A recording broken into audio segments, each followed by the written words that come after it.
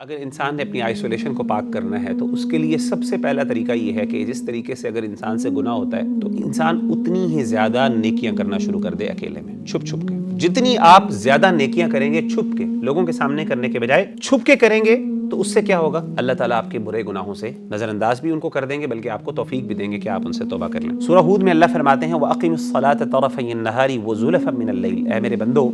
نماز کو قائم کرو دن کے دو کناروں کے بعد۔ دن کے دو کنارے کون کون سے؟ فجر اور عصر بھی اور مغرب بھی، دونوں رائے موجود۔ وَزُلَفًا مِنَ اللَّيْلِ، اور پھر رات کو بھی، اور وہ ہے عشاء کی نماز۔ اور آپ نے ساتھ فرمایا، اللہ تعالیٰ فرماتے ہیں اِنَّ الْحَسَنَاتِ يُذْهِبْنَ السَّيِّئَاتِ، کیونکہ نیکیاں جو ہیں برائیوں کو کھا جاتی ہیں، لے جاتی ہیں۔ تو جو بندہ کثرت سے خاص طور پہ نمازوں کا اہتمام کرے، اور یاد رکھیے گا گناہ ہوتے ساری فوراً کوشش کریں نیکی کریں اور اللہ سے توبہ کریں، اسی وقت اللہ تعالیٰ انسان کو توفیق دیتا ہے۔ دوسرا طریقہ اس میں یہ کریں کہ انسان کو ہمیشہ یہ شعور رکھیں کہ میرے رب مجھے دیکھنے والا ہے، خاص طور پہ ایسے پوائنٹس پہ، ایسی جگہوں پہ جہاں پہ آپ دیکھتے ہیں کہ آپ سے گناہ ہوتے ہیں۔ مثال کے طور پہ اگر کسی کو پورن کی ایڈکشن ہے، فار ایگزامپل، کوئی آپ اسکرین سیور ایسا لگا دیں یا پھر کوئی ایسا بیک گراؤنڈ امیج لگا دیں جس کے اوپر لکھا ہو، کوئی یہ ریمائنڈر ہو آپ کے لیے کہ ان اللہ رقیب، اللہ مجھے دیکھ رہا ہے، یا پھر اپنے ایسی جگہ پہ جہاں پہ ایسا ہوتا ہے وہاں پہ کوئی نہ کوئی اپنے لیے ریمائنڈر لگائیں۔ کانسٹنٹلی انسان کو اس بات کا شعور ہو کہ میرا رب مجھے دیکھ رہا ہے اور میری موت کسی وقت بھی آ سکتی ہے، اور کہیں ایسا نہ ہو کہ میں اسی دوران ہی، اللہ نہ کرے میرے ساتھ کوئی ایسا معاملہ ہو میری موت آ جائے، تو اب اس میں گناہ میں کیا، کیسے میں اللہ کو دکھاؤں گا منہ؟ تو یہ جو شعور ہے یہ انسان اپنے آپ کو رکھے۔ اور اچھا شروع میں آپ کو ذرا ٹائم لگتا ہے، لیکن ایک وقت آتا ہے کہ پھر انسان کا دماغ ایسے چلنا شروع ہوتا ہے کہ ہر گناہ کے وقت انسان کو فوراً اللہ یاد آ جاتا ہے، لیکن شروع میں آپ کو فورسفلی یاد کروانا پڑتا ہے اپنے آپ کو،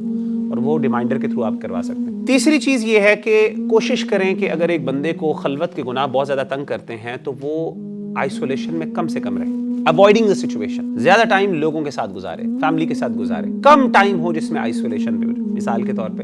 اکیلا نہ سوئے، یا اکیلا کمرے میں نہ سوئے کچھ دیر کے لیے، فیملی کے ساتھ سوئے، کسی بھائی کے ساتھ سو لے، امی ابو کے پاس چلا جائے۔ کوشش کرے اپنی آئسولیشن کے لمحات کو کم کرے۔ نبی صلی اللہ علیہ وآلہ وسلم نے فرمایا جماعت کے ساتھ رہو، کمپینین شپ میں رہو، ہمیشہ کوشش کرو نیک لوگوں کے ساتھ رہو، کیونکہ شیطان اکیلے پر زیادہ حملہ کرتا ہے نسبتاً دو لوگوں کے۔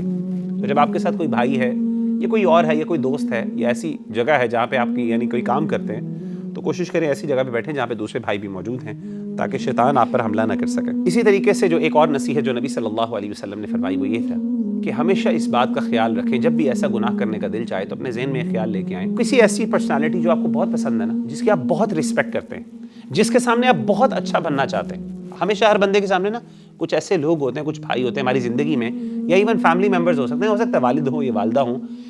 کہ جن کے سامنے ہم اپنا بیسٹ امیج پریزنٹ کرنا چاہتے ہیں، پورٹری کرنا چاہتے ہیں۔ ایسے بندے کو سامنے رکھتے ہوئے سوچیں کہ وٹ اف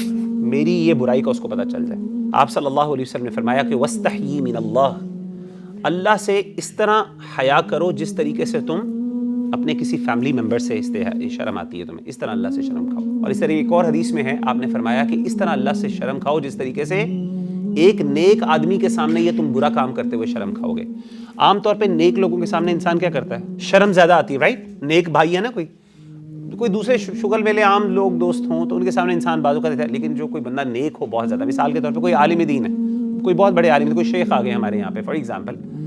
تو انسان وہاں پہ بہت محتاط ہو جاتا ہے، اور انسان بالکل نہیں چاہتا کہ میری ویکنس ان کے سامنے میرا کوئی گناہ کوئی غلطی کروں ان کے سامنے۔ نمازیں بڑی اچھی پڑھ رہے ہوتے ہیں، بدتمیزی بھی نہیں، الفاظ بھی بہت اچھے، رسپیکٹفلی ہر چیز بیسٹ ہوتی ہے۔ اور آخری چیز وہ یہ ہے کہ کوشش جاری رکھیں، گیو اپ نہیں کرنا، ہوپ لیس نہیں ہونا۔ ہو جاتے ہیں گناہ کوئی بات نہیں، کوشش کریں، کیپ ٹرائنگ۔ اللہ تعالیٰ فرماتے ہیں وَالَّذِينَ جَاهَدُوا فِينَا لَنَهْدِيَنَّهُمْ سُبُلَنَا، وہ بندہ جو ہماری راہ میں کوشش کرتا ہے سنسیریٹی کے ساتھ اور ایفرٹ کرتا ہے، دو کنڈیشنز، سنسیریٹی اور ایفرٹ۔ جس بندے کے اندر یہ جو چیزیں ہوں، اخلاص اور ایفرٹ کر رہا ہے، ایفرٹ بھی کر رہا ہے، یہ نہیں کہ آرام سے بیٹھا ہو بس سنسیریٹی تو ہے، دل تو ہے بچ جاؤں، لیکن اس کے لیے ایفرٹ کوئی نہیں ہے، اخلاص بھی ہے، دل بھی ہے، نیت بھی ہے، لیکن نیت کے ساتھ محنت بھی وہ کر رہا ہے، کوشش کر رہا ہے، ٹرائنگ ٹو فائنڈ ویز، علماء سے کنسلٹ کر رہا ہے، بکس پڑھ رہا ہے، اپنے آپ کو موٹیویٹ کر رہا ہے، تو اللہ کہتے ہیں ایک وقت آئے گا، اللہ کہتے ہیں ضرور ہم اس کی رہنمائی کریں گے۔ یعنی یہ وہ بندہ ہے جو ایک وقت ضرور اللہ نکال دیں گے اس کو اس برائی سے، اس کے لیے امید ہی امید۔ لیکن اگر ایک بندہ اس کو امبریس کر لیتا ہے پھر اس کے لیے پھر بہت مشکل ہوتا ہے۔ یہ اللہ کہتے ہیں وَإِنَّ اللَّهَ لَمَعَ الْمُحْسِنِينَ، اللہ تعالیٰ ایسے لوگوں کے ساتھ ہوتے ہیں، ایسے نیک لوگوں کے ساتھ جو محنت کوشش کرتے ہیں، ایسے لوگوں کے ساتھ اللہ تعالیٰ ان کی مدد کرتے ہیں۔